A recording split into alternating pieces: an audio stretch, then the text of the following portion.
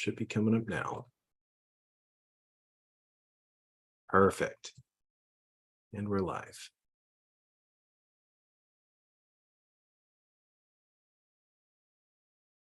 Okie doke. Well, let's go ahead and get things started. We'll share my screen. And we can kick this off.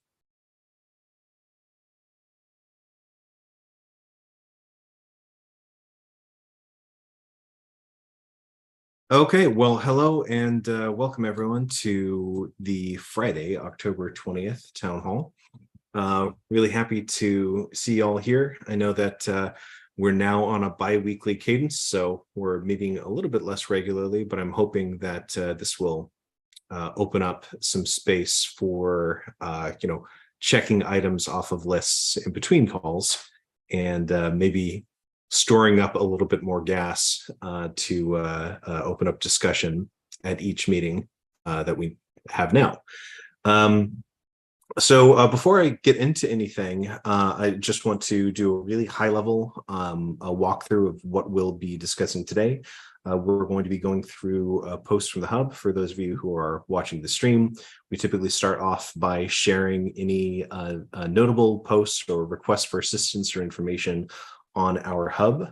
You can reach the hub, if I can get rid of my Zoom bar, by going to hub.e/nable.org.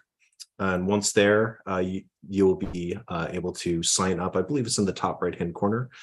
You'll see a button to sign in or sign up for an account on the hub. This is where all discussion takes place. We're really trying to push any and all queries about participating in the e-NABLE community to the hub. And Jeremy actually just this month has discontinued the. Sir, what is the help address? I was actually going to ask you if you didn't mind. Can I take just a minute or two to kind of go over those Please. Changes that I made? I was going to ask you to, so that's perfect. Yeah, so we were doing email-based support, which became not only pretty burdensome because I was the only one doing it. Well, I shouldn't say that. Sarah has been helping with some of those, but a lot of them end up being queries that I have to handle. And it was a lot of repetitive stuff, a lot of the same questions coming up over and over again. I made the call to discontinue that email support. There were also expenses associated with that. I had to pay for a help desk license for e-NABLE every year. And so what I did is the support@enable.org email, as well as the e-NABLE Web Central support email, which is EWC support@enable.org. Both of those have been set up now with just auto responders so that whenever somebody emails those addresses, they're just going to get a message back saying, we're no longer monitoring this email. Please head over here to the hub and ask your question in our community forum. We've got lots of volunteers there to help you. And I just link them right over here to the hub. And the other thing, I'm going to share my screen. Oh, do you mind giving me screen sharing permissions for a second, Adam? Not at all. All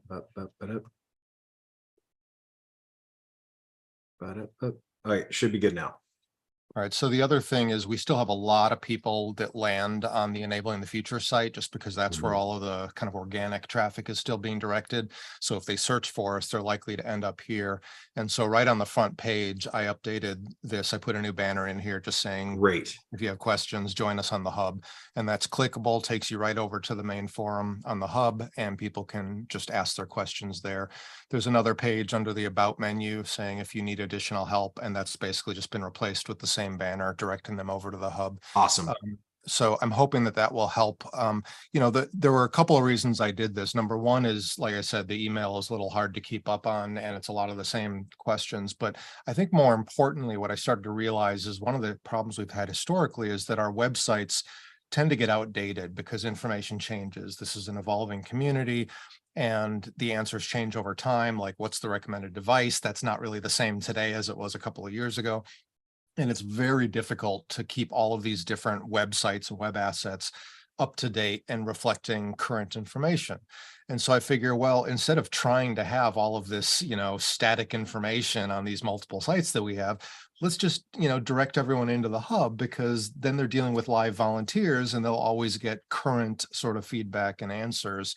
And it just kind of seems to me to go more with the dynamic, sort of ever evolving nature of this community. So I think the more we can just direct people into that hub, it not only is going to make sure that they're getting more current answers, I think it's also an opportunity for us to get our volunteer community more engaged, because they're going to see a more constant influx of questions and queries, and more people will have more of an opportunity to help out by jumping in there. So that was kind of my thinking on that. I agree. I think that's perfect, and I think that I think that absolutely will, if anything, feed more traffic and conversation on the hub, which is ultimately what we want to be happening anyway. So Yeah.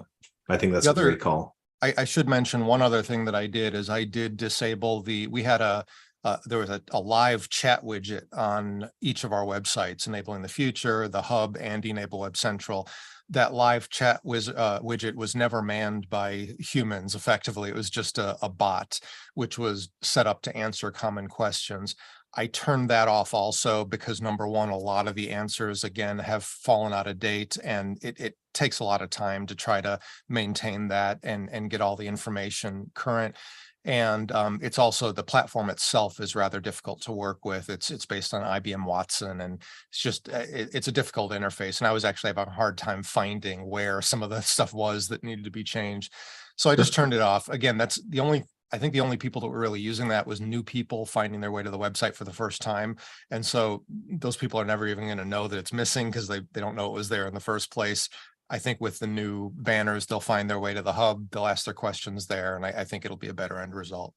Perfect. Well, thanks, Jeremy. Any questions on that, Tainara, Sarah? No, I think that's great. I love the banner too, on the website. I think that's a really, really good and clear change. So thank you. Excellent. Yeah. Just if anyone else has ideas like that of other things that we can do to kind of direct people in or update any of our pages that are out there, just reach out to me. Let me know. Yeah, sweet. We'll also, once we've talked through the post on the hub, there are a couple of open items for discussion. I was hoping John would be on the call today. I'm just going to give him a call this afternoon about renewing the Wildmont contract. Oh, hey, speak to John. Hey, John.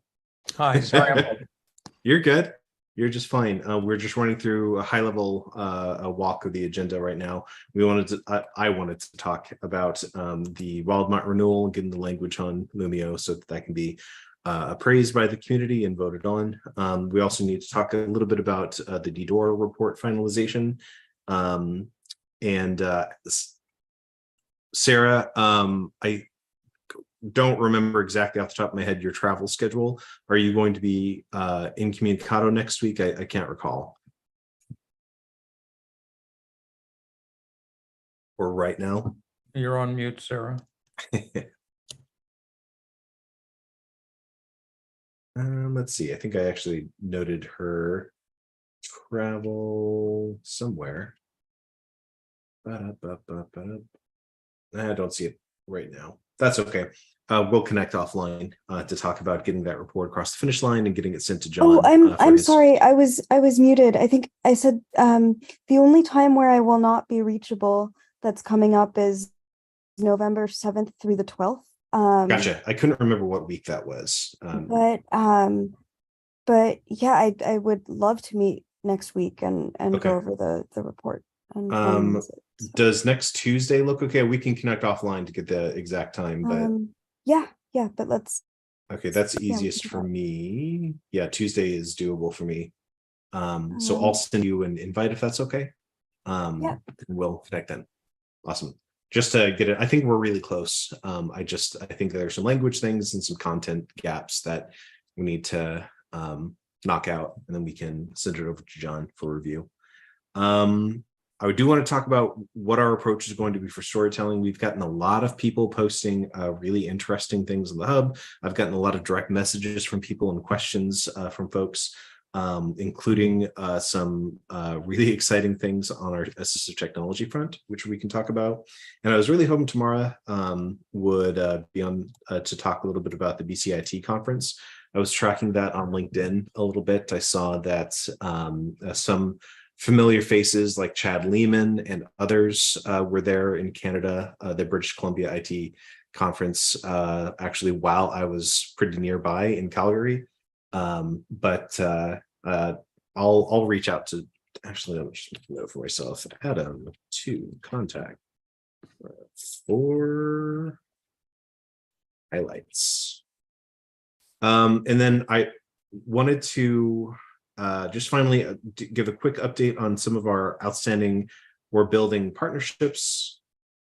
That's fine. But before I do, I know this is a little unusual. We received an email and I wanted to talk about that at the very top of the hour. This was from someone by the name of Serdar, and forgive me that my pronunciation is going to be atrocious here, Serdar Okumus. This is someone who is affiliated, I believe, with Robotel Turkey, the e-NABLE chapter in Turkey. So with your permission, so long as this is okay with everyone, I want to just run through exactly the email that this group received. So hey everyone, this is from Serdar.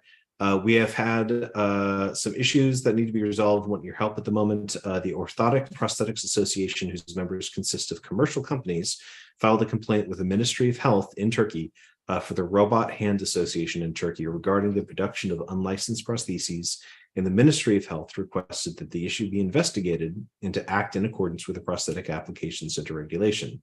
What I wonder is how the application procedure, just some translation issues. So how is this done with other e-NABLE chapters? Is it subject to a certain permission? Are there conditions such as being a doctor, being a prosthetic application center in order to be able to fabricate an e-NABLE hand? In other words, what are the application rules for each country?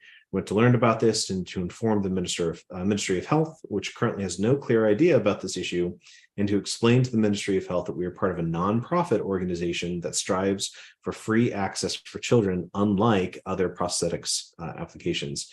Would be useful if each available chapter could, produce how they manage this, and would love their help in answering their questions.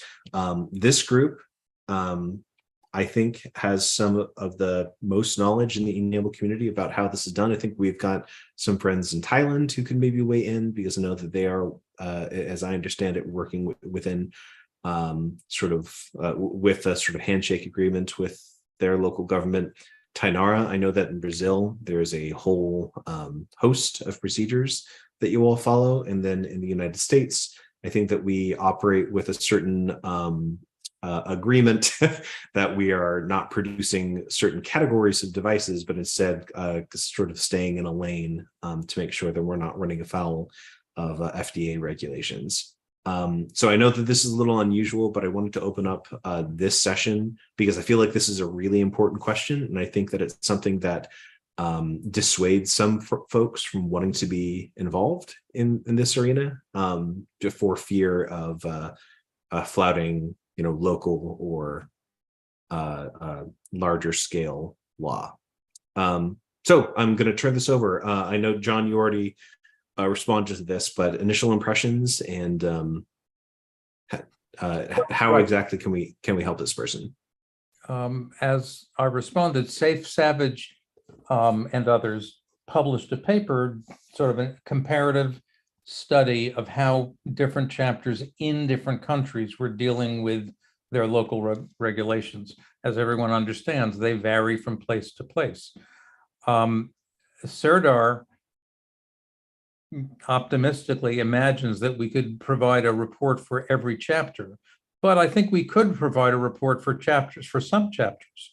And Sarah, I was wondering if you or someone could use the ongoing effort to survey chapters to identify the countries with responsive chapters, and then, assuming it's not already information we're collecting, we could reach out to them directly.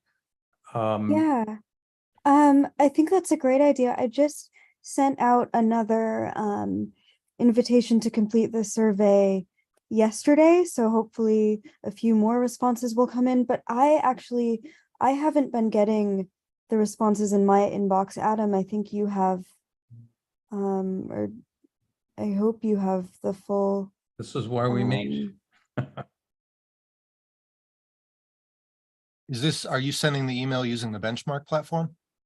Yeah, so I've sent out at this point several. Yes, the only reason I'm asking is you want to be sure that when you set up any new email in benchmark, there's a setting where you can actually, where it lets you choose what address replies go to. So you'll want to pay attention to that. I think if it's going to a newsletter at e-NABLE.org, that should be a group address. And if you're not in there, Sarah, you probably should be, and I can do that easily. Okay. In fact, I'll go look now while you guys are talking. I may not be. I don't. The surveys, the survey emails, people aren't, or I mean, they shouldn't be replying to them directly, but there's a link that they click on that takes them to the survey. Yeah. Okay. And then I think Adam gets the responses. So that's something else. There's a on the form itself, we have a plugin set up that sends email notifications whenever the form gets filled out.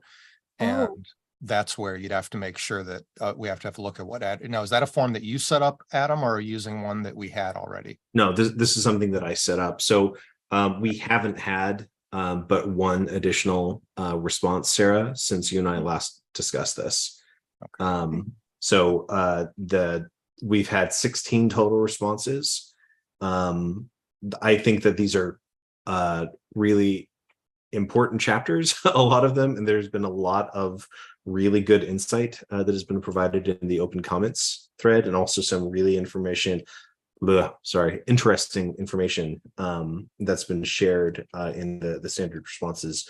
But the volume is not quite there where we want to get more of a holistic view of. But, for Serdar's purposes, it looks like we have quite a few countries represented. I mean, a handful. Italy, I don't Netherlands, I don't see Brazil. France. So if we were to take this list and the ones we know are relevant here, like Brazil is the big one, and then someone, Sarah, perhaps take responsibility for querying and collating the kind of information Serdar needs, and providing it back to him. Well, and remember, I just want to point out, remember that we have the chapter spreadsheet, the Google Sheet that lists all of what we currently consider active chapters, of which there are over 200. And I think where we had left things off when Rick Williams was handling this process was I had suggested to him that, part of this might just be that we're sending out an email that's in English, whereas that's not the primary language for a lot of these people. It might be worth somebody taking the time to go through the spreadsheet and start kind of sending individual emails to each chapter, or at least, groups of chapters in each region, using a translation tool to actually send the message in their language. And you might see that you get a better response that way. Duh. So Sarah, I keep naming you as the obvious point person for this, but maybe you're not. I can definitely do that. I'm happy to Okay, do that. great. So why don't you respond to Serdar, give him the context that we've just reviewed, and CC all of us, but lead this process, please. Okay. Adam, does that sound right to you? I think that sounds fine. I think that initially responding to Serdar and trying to provide some assistance is the more pressing issue here. But I think that we could take a cue from this once this has been resolved, or once we've gotten a little bit of information Serdar's way to maybe establish a centralized resource, so that when this happens again, we have like very easily navigated on the hub. Just this is how they do it in Brazil. This is how they do it in the Netherlands. This is how we do it in the States. Exactly.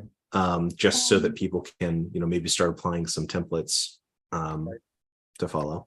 And Sarah, if SAFE doesn't respond within a few days, I think she will, and I saw her last week, by the way, write directly to her or to me. I can dig up the article, but she's had several along these lines, and those themselves may provide the kind of professional look that would make the Turkish authorities a little more comfortable.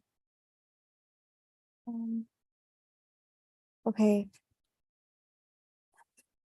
I was just about to ask for the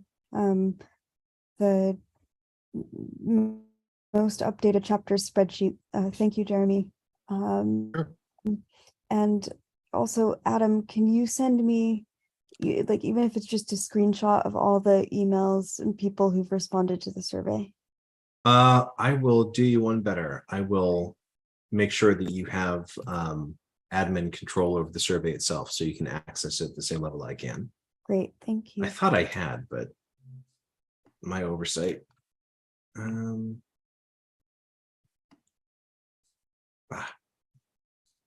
Your AI companion is giving me hives, John. I've been wanting to test this out, so now I can. Thank you. All right. Sure. Whoop. Sarah has admin access. Highlight. Boom. Okay. We'll consider this closed for the time being. Sarah, as long as you're in the spotlight, I wanted to ask about the concept of storytelling and gathering materials from the community, and how how we can go about trying to gather up collateral that could be used on the new site, in newsletters, as chapter spotlights. Do you have, how do I want to approach this? Given your background in journalism, I want to lean kind of heavily on you in this, because I think that there is a kind of there's a delicateness, and there is a process to make sure that you're respecting the subjects and getting appropriate permissions involved, that I think that we need to follow, just a due diligence that I don't think anyone else here really possesses. And I wanted to ask you how we can kick off a more concerted effort to reach out to folks, to get pictures and videos and stories from the broader community, to lift more people up and make the efforts that people are engaging in a little bit more apparent for the rest of the community. Yeah, I think that we should definitely have a waiver that when we reach out to people and talk to people and see if they're interested in sharing their stories, or having interviews with me and having me tell their stories, that we have a waiver that includes that the material can be shared, including photo, video, any written or audio components of a story can be shared on e-NABLE websites or any public facing materials, and that it could also be shared in a press release and potentially picked up by the press, and that there are lots of templates for that.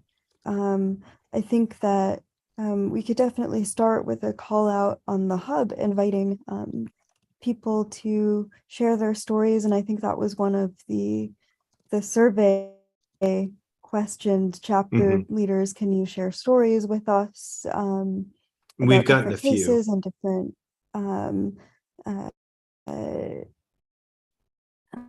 different people, but I think yeah, I mean, I think the most important thing is like for giving people who are interested in that the platform and the opportunity, and you know, just talking to them and being transparent about how and where these stories will be shared, and then, you know, respecting whatever decisions that they make about what they're comfortable having shared. So That's great. I had initially put I would connect with you to better define how we do this, but it occurred to me that really Jason will be the more likely candidate to lead that particular charge. He's going to be out of town next week. So, and he'll be he's going on a cruise. So he's going to be out of touch. But he'll be back the following week in November. Yeah, I will make sure that the two of you guys can connect on that. So I put a link to a Facebook group that aggregates e-NABLE posts whenever I encounter them on Facebook. And my comment stands. There's lots and lots of stuff there, some of which was posted as quote public. You'd want to get permission before doing any media events, but yeah, there are still e-NABLE chapters all over the world who periodically do post information on social networks, and that's, I think, where you're going to get the story. I think there are more e-NABLE people talking about e-NABLE in social media than there are on the hub. Just because we live in the hub doesn't mean they do.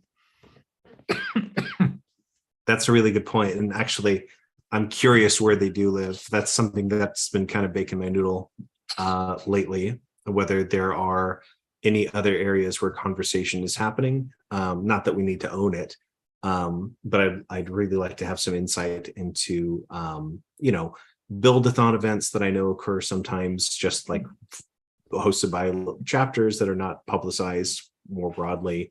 You know, they're very, very, very welcome to do that, but I think it would benefit the entire network of chapters if we had at least occasional insight into those kinds of events and activities, or barring that, some really interesting stories or cool devices or some innovative design work that's being done. I think that would be great.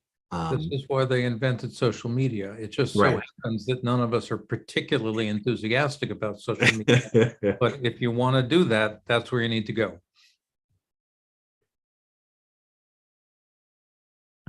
Alrighty. Let's move on to the one post of the hub that we have of note right now. This is from there was go just ahead, one also before just before that. I think I wrote it down. I didn't want to forget. Someone sent me a message saying that they had changed their chapter name and wanted to make sure that it was updated on the map. So I wasn't sure how to do that. Who was that, Sarah? It was I think the West Texas chapter, and they changed their name to West Texas Assistive Technology. Let me see if I can find it here. We just update that on the, so it's, I see it on the list right now as e-NABLE West Texas. What is the current, what's the new name? West Texas Assistive Technology. Assistive Technology. Okay, done. Great, thank you. Alrighty, so we've got, and that's interesting, Sarah, because, you know, I've actually got some folks in Texas on the assistive tech front that I was going to bring up in just a little bit. I think unrelated to those people. I want to share, this is from Alberto, Nevada, about a little over a week ago. I want to share with the community some details about a new project called I Create My Device. They're working with e-NABLE Italia in collaboration with some PhD students from Sapienza University. Sapienza. I wonder. The aim of this project is to bring children users in this to the center of the creative process of designing innovative devices. That's awesome.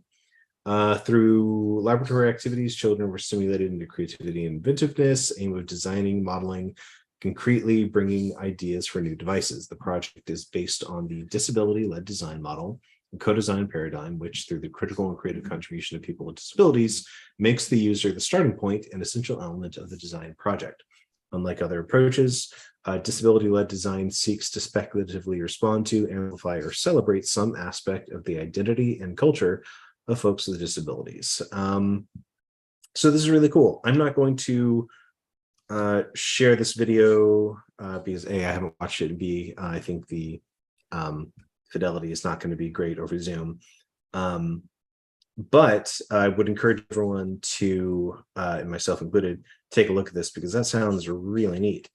So just some final details. In September, we carried out 2 events with some families of Energy Family Project APS Association.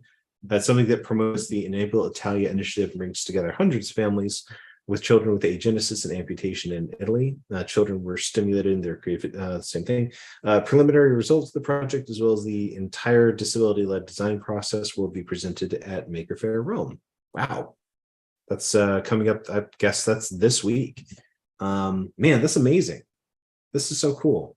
So that should be a presentation at one of our, monthly events or at a town hall meeting, but that's a story worth telling. Yeah, this is astounding. This is exactly what we were talking about. Man, that's so cool. The thing that gets me, and it's really the reason I think I joined e-NABLE in the first place, is this kind of thing where people are just like, oh, by the way, I did this amazing thing in conjunction with this huge group of gas people. It's just, that's really cool. So, wow. I can share a similar story. I got a tour of Ian Roy's world at Brandeis, and it's quite extraordinary at Brandeis in Waltham. It's quite extraordinary. And, there are 3D printing spaces, there are robotic spaces, and they're developing a new engineering program, which will eventually be a degree granting engineering program. And when they tried to sort of figure out what would distinguish their engineering program from other engineering programs, they latched onto the notion that they should be doing stuff for good. And I said, Ian, this is just fantastic what you're doing. And he said, well, it all started when I learned about e-NABLE in 2014. So yeah, I do periodically run into these these tips of the iceberg that suggest that there's a lot going on. So be of good cheer. Yeah. No, I think that's really cool. And thank you, Sarah, for making sure that was on the agenda. And thanks, Alberto, if you're listening. You're going to be hearing from us to get more for requests for more pictures and stories and videos and things, because we'd love to share all of that to lift that up and see if we can copy it elsewhere. Most importantly, to see if this is something that can be replicated effectively. So that's great. I wanted to talk really briefly again. I really don't have any new information on our budding partnership with Ugani, except to say that I'm very excited about it. It looks like Florian and his team with Ugani, as a reminder, this is the for-profit group, not quite a startup. They're basically a startup, but they've done a lot for a startup in a short period of time. Based in Brussels, that functionally operates entirely in the African continent. They are very open to the idea of using e-NABLE devices. They need to be modified somewhat, but they have no upper extremity devices right now. They need to modify their UFIT software program. I've been in conversations with Morgan Rollins, an e-NABLE member who has a team of bioengineering folks, recent grads, most of them, who have an e-NABLE chapter of their own. I believe they met this week, and Morgan and I are going to be connecting next week to talk about exactly what they can do. They've got some people with app development expertise that are really interested in looking at UFIT and modifying it for upper extremity devices, because right now Prothea's UFIT is really for quick scanning and modeling of lower extremity socket designs. They think that they should be able to modify that to allow for spitting out upper extremity designs instead, which would be amazing. And if Ugani is open to it, that could be disseminated across everyone to really quickly make devices that are exactly the right fit in size for any recipient. It would be really cool. Beyond that, though, the thing that I'm most excited about is using their own infrastructure for delivery of upper extremity devices. They made it pretty clear that they've run the numbers up and down about people printing devices elsewhere around the world and shipping them. It just doesn't math well. So I think that there are other opportunities for the community to be of assistance through testing, through education of their prosthetists, teaching them how to, their prosthetists don't have any kind of CAD experience. They work primarily, or have historically worked primarily with, manual fabrication, traditional fab techniques. So trying to find community members like Ian, like others in the education space, who'd be willing to, lead some seminars or educational sessions to just walk through the basics of CAD design, I think could be really useful. I think there are a lot of other ways that this could take shape, but I'm very excited about this partnership. Any questions or comments there? Thanks, John. You and Jubilee. Okay, so thing that I really wanted to harp on is something I'm pretty excited about. I heard from Scout Mary, the director of Missouri's Assistive Technology Program. I put a call out on the hub a couple of weeks ago about the device kit program that we were trialing. And as it stands, he has received a little over, I think almost 200 devices from folks in the past couple of weeks. So these are things like toothpaste squeezers, door openers, key holders, just simple assistive, low design, like very easily printed 3D printed devices that can be used as assistive tools. What's up, John? When I raise my hand, it doesn't mean I want to interrupt you. Oh, ask the question afterwards. Gotcha. John, I'll get you in just a second. Sit still, young man. What Scout will be doing with this is compiling these device kits with about 10 devices each, and then placing them in different facilities across the state of Missouri, like nursing homes, rehabilitation facilities, community centers, and they would effectively be test kits. And then he would also provide, I think he's using cards for people to fill out and request specific devices. Once they've had a hands-on experience with them, seeing how you hold a key with it, how you open a door with it. If there's something that they feel like would be useful for them, like in their room or back at their home or whatever, that they would then be able to, the Missouri Assistive Technology Program would then print out that device and ship it to the person. It's pretty cool. I think that there's the potential here to not only have the test kits, but also see if we can have a community model in place for providing the devices instead of making the onus fall back on Missouri's AT program. The response was great. I just wanted to thank everyone here. We've got Julie in the UK, Bob in Illinois. There's a school in St. Louis that Scout believes was St. Joseph Academy that put together an entire box. There's a young man in California who is going to be putting more together.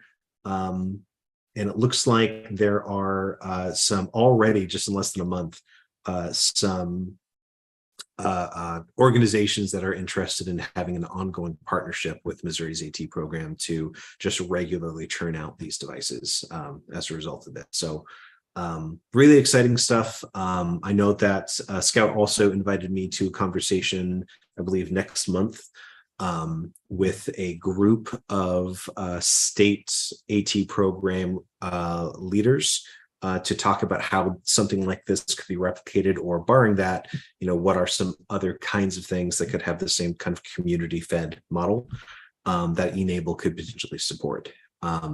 So I'm very excited. I think that this has the potential to do a lot of good, and also to give our community members a lot more to do and kind of fill that gap when people join and say, hey, what, who can I send a hand to?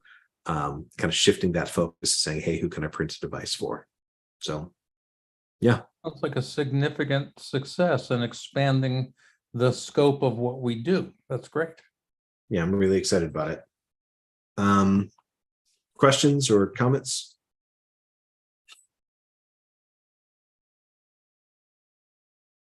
I Okay. will admit that you assume that we all remembered who Scott was and what the program is, et cetera, et cetera. Sorry.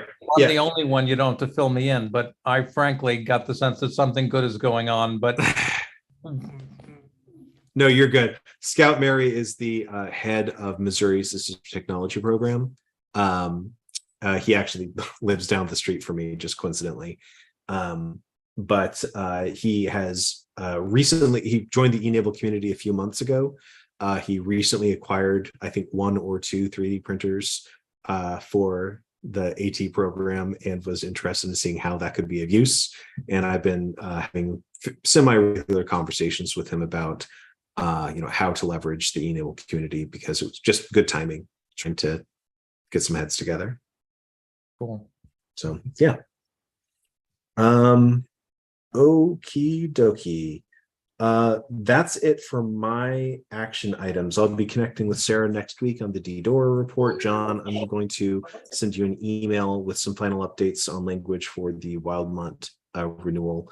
Are there any items for discussion that anyone on the call? Tainara, I'm sorry, I haven't thrown anything your way in the last 45 minutes, and you've been just diligently attending. Did you have anything that you want to add? No, it's just because I'm start to work, so I changed the laptop to phone. So gotcha. That's fine. That's great. We need to connect soon. We haven't talked for a while. Yeah, I miss you. Okay, cool. All right, gang. Anything else? Well, there is a weekly meeting coming up later today, is there not? Yeah. Sarah? Yeah.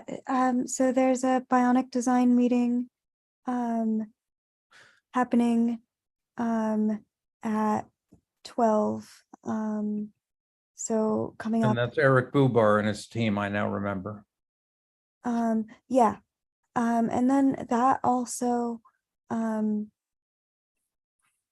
that reminds me, so I sent out guides for how to run the YouTube and the Zoom, and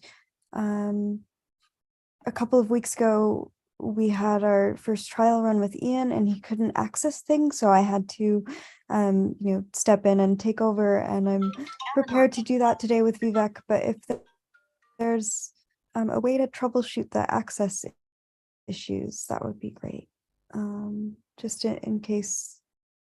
Sorry, I just kind of caught the end of that. What are the access issues?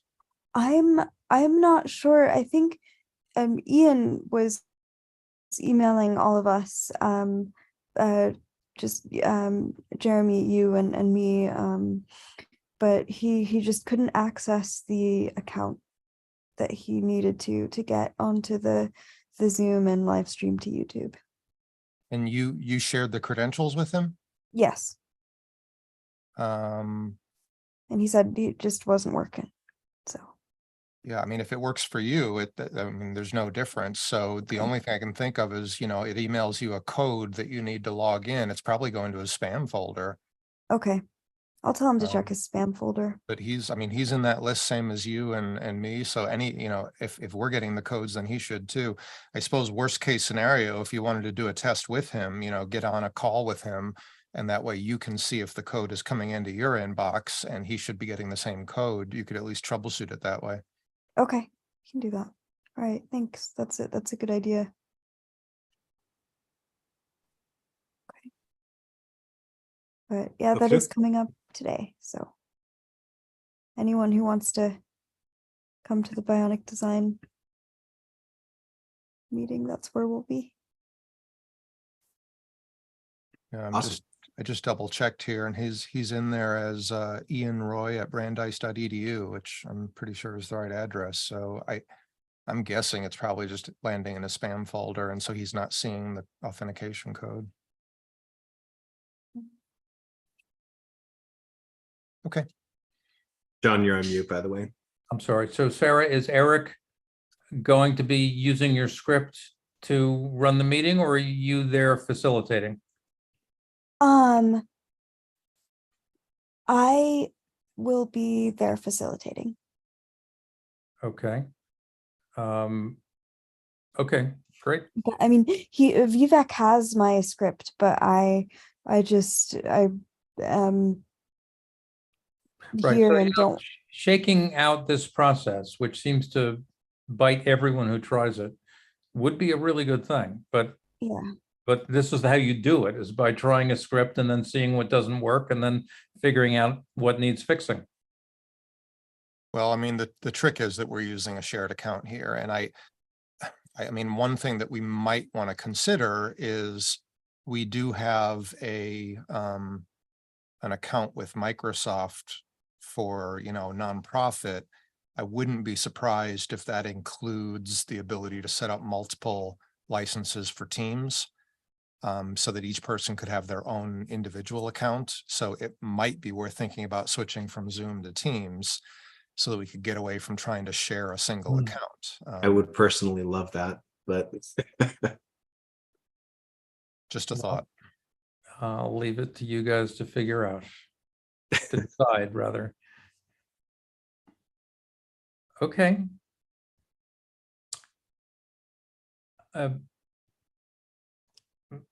Maybe we're done. okay, great. Well, thank y'all. Just as a reminder, we will be reconvening in 2 weeks, not in 1 week, on November 3rd. Sarah, can we expect you to? Yes, you'll be there. I don't know why I keep harping on you. You're not going to be gone that long. Okay, well, thank y'all so much. I've got some follow-up items that I will be reaching out to most everyone on this call about. So John, expecting an email from me shortly. Yeah, what's up, Tanar? I just want to talk about have healthcare meetings Monday. Oh, sure. Yeah, and it's a great presentation. My friend made it this with I don't know. It was a very presentation for me, so it's very good. So if you can see, will be Monday. So come to see. It's about materials and 3D printing in health. That's awesome. And I do notice, just a quick note, Sarah, there are 2 meeting events on the calendar. It's both the same link. So either one they Gotcha. click on will take them to exactly the same place. Okay, cool. That's great. Well, awesome, Tanara. Let me know if you have any questions or if there's anything I can do to help, but I will plan. Yeah, I will plan on attending that. I'll block that on my calendar. That's awesome.